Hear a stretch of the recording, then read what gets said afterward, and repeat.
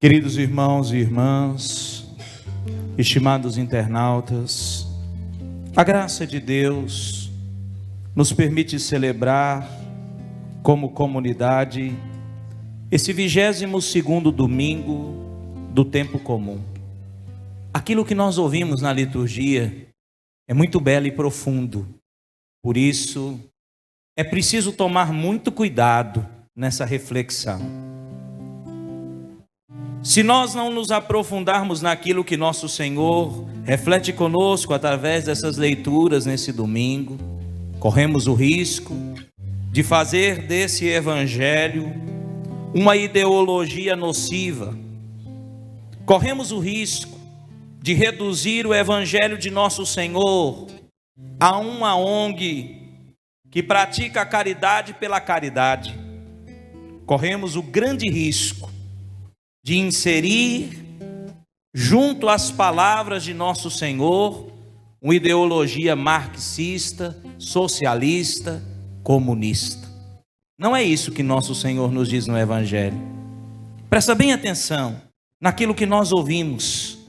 O Evangelho de hoje é uma experiência de nosso Senhor que, participando daquele banquete que é oferecido na casa do fariseu, Ele nos quer levar a pensar no banquete das núpcias eternas. Nosso Senhor, estando ali em torno da mesa, na casa do fariseu, quer nos conduzir, quer voltar nosso olhar e nosso coração para as coisas do alto, quer nos fazer pensar na eternidade, no banquete do reino dos céus, o banquete nupcial do Cordeiro, quando o Cordeiro divino se unirá à sua noiva, como nos diz o livro do Apocalipse, isto é, a sua igreja. É lindo aquilo que nosso Senhor traz para nós. Versículo 8. Quando fores convidado para uma festa de casamento, não ocupes o primeiro lugar. Pode ser que tenha sido convidado alguém mais importante do que tu, e o dono da casa que convidou os dois venha te dizer: dá lugar a ele. Então ficarás envergonhado, irás ocupar o último lugar. Mas quando tu fores convidado, vai sentar-se no último lugar. Assim, quando chegar quem te convidou, te dirá: amigo, vem mais para cima. Isso vai ser uma honra para ti, diante de todos os convidados. O que nosso Senhor quer dizer com isso aqui? Nosso Senhor está nos alertando que, infelizmente, muitas vezes nós temos uma imagem muito positiva de nós mesmos.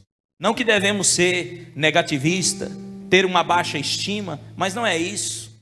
Veja, por exemplo, quando muitos de nós vamos ao confessionário, numa soberba tremenda, tem gente que vai ao confessionário e diz a Deus através do seu sacerdote: olha, eu vim confessar, mas não tenho graves pecados. Outros dizem: olha, eu não tenho pecado grave, pois não matei nem roubei. Uma vez um sujeito me disse: olha, padre, estou aqui e digo para o Senhor, eu não entendo bem a necessidade de confessar. E eu disse: posso te ajudar? Ele disse: não precisa, eu já revirei a minha vida e não encontro muitos pecados. Então disse para ele: meu amigo, pena que você não é sacerdote, pois se fosse, te colocaria sentado aqui, me ajoelharia aos teus pés e te contaria os meus muitos pecados. Mas para quem não tem pecado, para quem não reconhece seus pecados, também não haverá perdão. Querido irmão, nosso Senhor no Evangelho de hoje quer que nós entendamos que nós seremos salvos não pelos nossos esforços, que nós seremos salvos não pela imagem tão elevada que nós temos de nós mesmos, na nossa soberba e no nosso orgulho, mas seremos salvos puramente, exclusivamente pela misericórdia do Pai. Seremos salvos porque Deus é bom e misericordioso e na sua bondade e misericórdia nos quer associar a si. O que seria de nós se Deus não nos purificasse com o sangue preciosíssimo que Ele fez jorrar lá da cruz? O que seria de nós se nós não fôssemos lavados nessa água que jorrou do seu peito aberto? O que seria de nós se o Senhor não nos revestisse de uma dignidade que nós não possuímos? Se nós não fôssemos pelo mesmo Deus e em nome do mesmo Deus batizados e feitos seus filhos, filhos adotivos, filhos no Filho, no Cristo, o que seria de nós? O que seria de nós se o Senhor nos olhasse e nos avaliasse de acordo com nossas faltas? A gente reza isso na missa. E não olheis as nossas faltas. Se Deus considerar nossas faltas, é fato que estamos todos condenados. Veja, quando a liturgia de hoje fala do pobre, quando a liturgia hoje fala do pobre, não é no sentido ideológico, mas o pobre é aquele que se lança.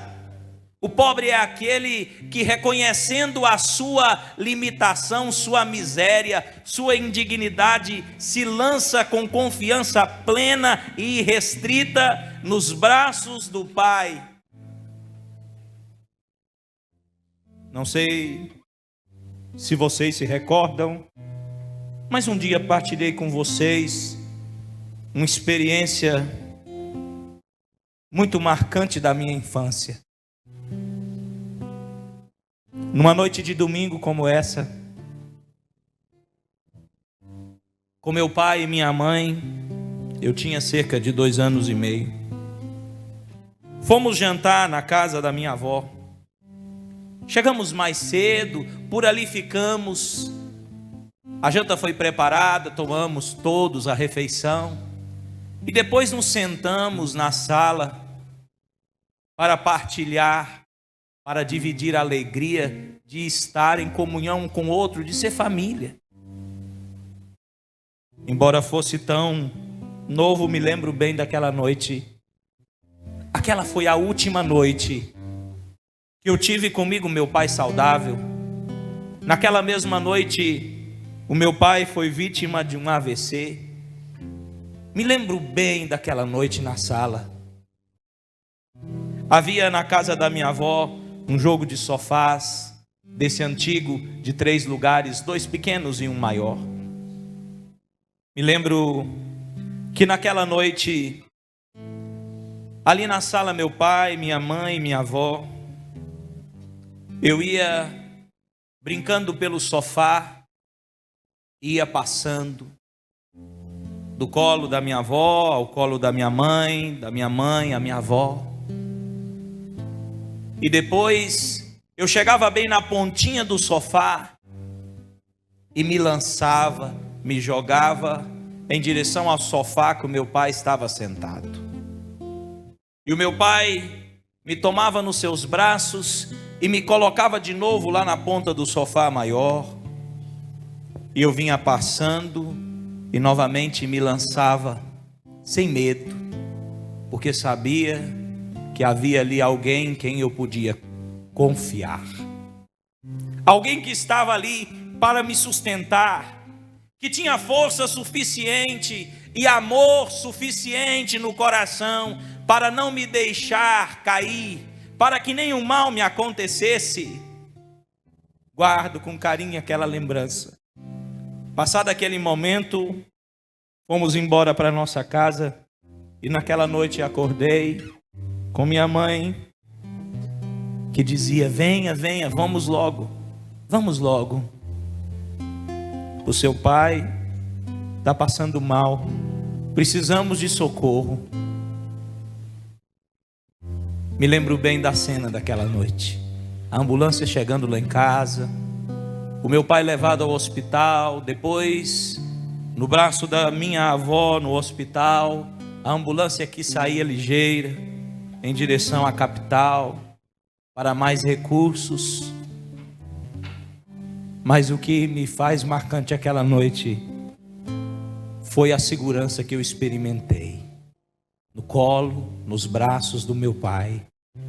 Queridos irmãos, se nós queremos ser felizes, se nós queremos provar as alegrias eternas, se nós queremos nos salvar, nós precisamos ter a coragem e a liberdade suficientes para nos lançarmos nas mãos de Deus, conscientes de que Ele não nos desampara. É assim que nós nos tornamos dignos do banquete do céu, do banquete nupcial do Cordeiro, quando nós nos lançamos nas mãos do Senhor e sabemos que Ele não nos desampara. Aqueles que fizeram isso antes de nós já gozam a glória do céu, são santos. Ninguém fica santo pelos próprios esforços. Eu não sei se você já percebeu isso. Nós não conseguimos vencer os nossos pecados, nossos limites. Não conseguimos ir além das nossas misérias se não confiarmos constantemente e plenamente na ação salvadora de Deus. Não conseguimos, não. A segunda leitura de hoje é muito bela. É da carta aos Hebreus. Embora tenha sido direcionada aos Hebreus, foi escrita num grego muito elevado. Provavelmente tenha sido São Lucas quem escreveu essa carta ou a traduziu a pedido de Paulo. Essa carta é endereçada aos hebreus que estão fraquejando na fé, que diante dos desafios, das dificuldades, querem voltar à antiga prática, que estão com medo de seguir o Senhor. E olha que beleza aquilo que vai ser dito para nós nessa leitura, presta bem atenção. Irmãos, já esquecestes as palavras de encorajamento? Presta bem atenção. Olha aqui aquilo que o Senhor vai dizer. Vós não vos aproximastes de uma realidade palpável, fogo ardente, escuridão, trevas e tempestades, som da trombeta e voz poderosa, que os ouvintes suplicaram não continuasse. Mas vós vos aproximastes do monte Sião, da cidade do Deus vivo, a Jerusalém celeste. Do que está falando isso aqui, gente? Do céu, da reunião festiva de milhões de anjos, da assembleia dos primogênitos, cujos nomes estão escritos no céu, de Deus, o juiz de todos, dos espíritos dos justos, que chegaram à perfeição, de Jesus, mediador da nova aliança. O autor da carta aos Hebreus está recordando esse povo daquele tempo e recorda também a nós que nós buscamos e devemos voltar o nosso olhar para as coisas do alto. Se a gente for olhar a vida dos santos sem essa perspectiva da eternidade, é uma grande tragédia. Diante dos nossos olhos, nós temos um exemplo. Olha a vida de Santa Rita. Olha a vida de Santa Rita sem essa perspectiva da eternidade. A vida de Santa Rita é uma tragédia, é uma desgraça. Se nós não olharmos além daquilo que nós experimentamos aqui, é catastrófico aquilo que nós vemos na vida dos santos. Mas se nós olhamos além, é consolador. Assim é a vida de todos nós. Já pensou? Se nós permanecermos aqui nessa realidade, a vida é muito triste. A vida é muito terrível. Se tudo terminar num paletó de madeira debaixo de 7 palmos de terra, a vida é uma tragédia. Mas se nós olharmos, se nós voltarmos o nosso olhar para o alto, Então nós entenderemos o sentido de tudo. Essa foi a experiência de Paulo. Aquilo que está escrito na carta aos Hebreus é aquilo que o apóstolo experimenta. Por isso ele vai nos dizer: buscai as coisas do alto. Ele diz: se tem algo no qual eu me glorio, é nas minhas fraquezas. Volta aquela noite lá na sala da casa da minha avó. O que seria de mim se não contasse com a ágil mão do meu pai, com os seus braços estendidos para me resgatar? O que seria? Feche os olhos um pouquinho. Com os olhos fechados, te convido a pensar de que maneira você tem conduzido a sua vida, de que forma você tem se relacionado com Deus, de que forma você tem aproximado de Deus. Aliás, insisto e questiono ainda mais: você tem permitido que Deus se aproxime, que Deus, na sua misericórdia, no desejo intenso de te salvar, entre em comunhão contigo? Ou você tem dado as costas ao Senhor? Tem querido fazer tudo do seu jeito sozinho, batendo cabeça, quebrando a cara? Talvez você se encontre inclusive decepcionado. Talvez colocou sua confiança nas coisas, nas pessoas, e até pensa que a culpa seja de Deus. Talvez seja verdade que você nunca tenha se abandonado nas mãos de Deus. Alô, meu Deus, fazia tanto tempo que eu não mais te procurava. Alô, meu Deus, senti saudades tuas e acabei voltando aqui. Andei por 1000 caminhos e como as andorinhas eu vim fazer meu ninho em tua casa e repousar. Embora eu me afastasse e andasse desligado, meu coração cansado resolveu voltar. Eu não me acostumei nas terras onde andei. Eu não me acostumei nas terras onde andei. Se você sabe, canta. Eu não me acostumei nas terras onde andei. Eu não me acostumei nas terras onde andei. Eu não me acostumei nas terras onde andei. Eu não me acostumei nas terras onde andei. Abre os olhos. Primeira leitura. Olha aquilo que nós ouvimos no livro do Eclesiástico. Sê humilde e encontrarás graça diante do Senhor. Quem vai encontrar graça diante de Deus? Somente o humilde, porque o soberbo nunca percebe a ação salvadora de Deus. O soberbo acha que tudo é dele e por ele.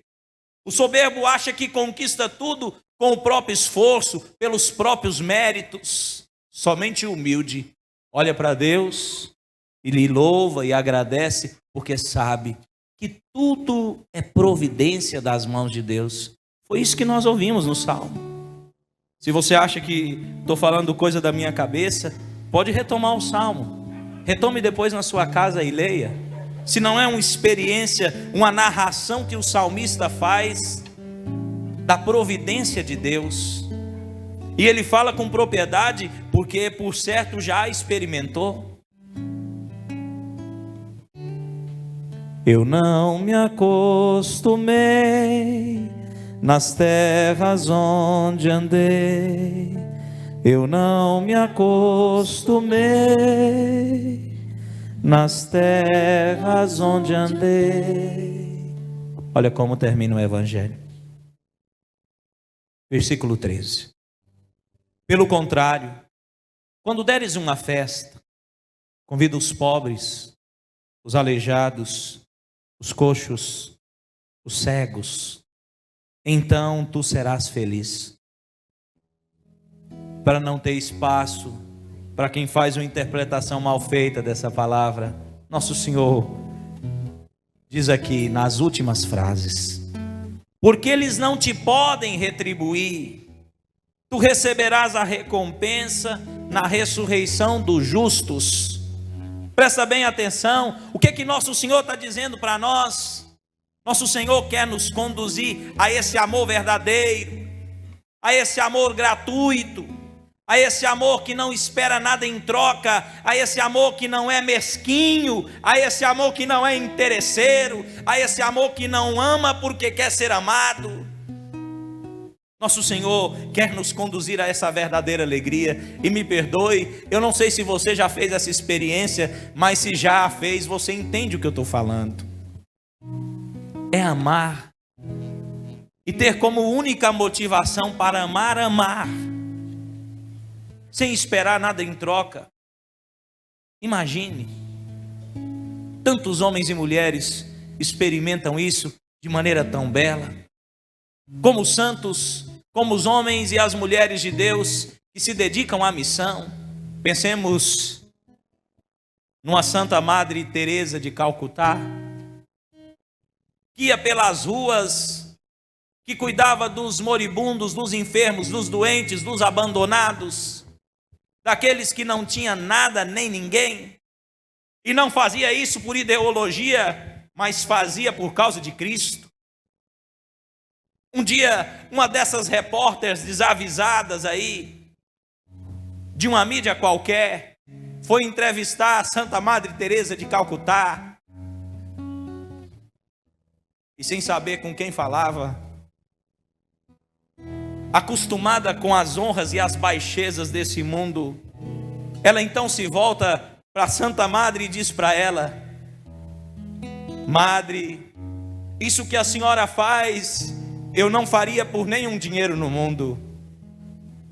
Madre Teresa responde prontamente, diz a ela: filha querida, eu também não faria por nenhum dinheiro no mundo. Eu faço tudo isso por nosso Senhor.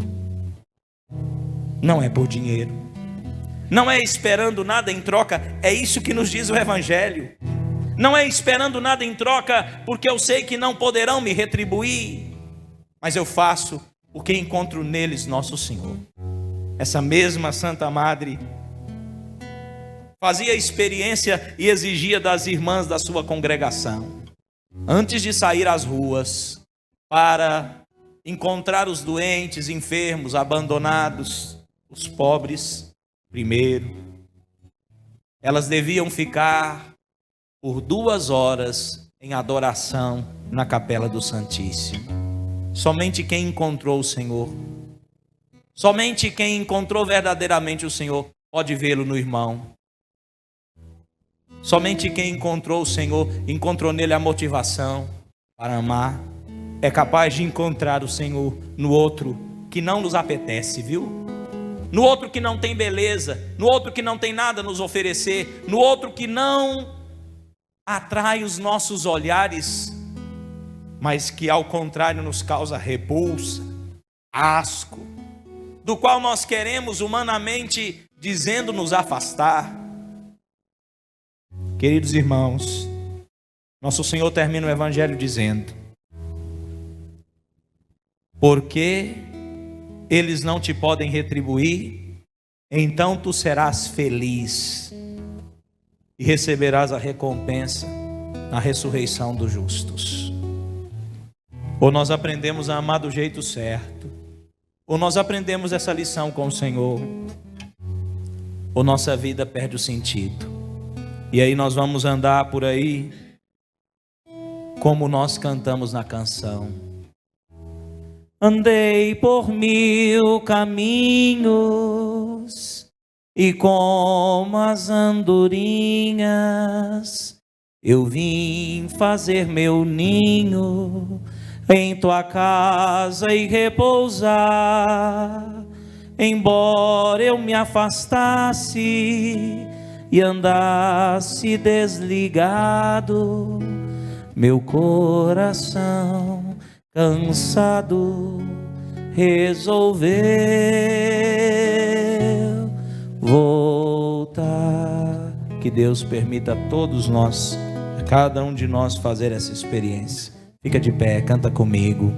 Eu não me acostumei nas terras onde andei.